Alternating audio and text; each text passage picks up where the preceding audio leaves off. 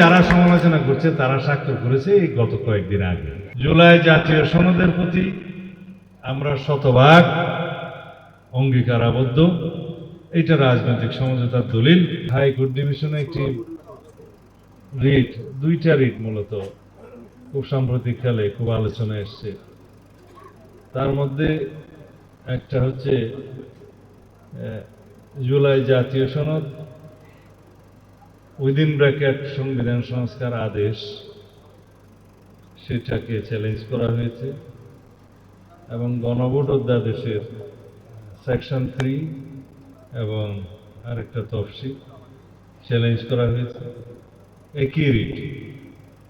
আরেকটা রিটে যে সংবিধান সংস্কার পরিষদের সদস্য হিসেবে শপথ গ্রহণের যে ফর্ম সংসদ সচিবালয় থেকে বিতরণ করা হয়েছিল সংসদ সদস্যদেরকে, সেটার এখতিয়ার এবং শপথ পড়ানো, এটা কেন সংবিধান বহির্ভূত হবে না সেটাকে আলাদা রিটে চ্যালেঞ্জ করা হয়েছে।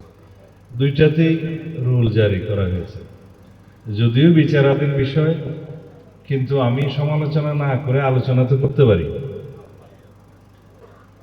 মানে আইনের দায়রার মধ্যে থেকে কথা বলতে চাচ্ছি। আলোচনা হয়েছে বিভিন্ন সমাবেশে, একটি রাজনৈতিক দলের পক্ষ থেকে একরকম আলোচনা, তাদের বন্ধু রাজনৈতিক দলের পক্ষ থেকে আরো একটি আলোচনা। বলা হয়েছে যারা জুলাই জাতীয় সনদ স্বীকার করে না, গণরায় মানে না, তারা প্রত্যাখ্যাত হবে ইত্যাদি ইত্যাদি, আবার রাজপথে যাবে। জুলাই জাতীয় সনদের প্রতি আমরা শতভাগ অঙ্গীকার আবদ্ধ। এটা রাজনৈতিক সমঝোতার দলিল, আমরা স্বাক্ষর করেছি। বরং যারা সমালোচনা করছে তারা স্বাক্ষর করেছে এই গত কয়েকদিন আগে নির্বাচনের পর।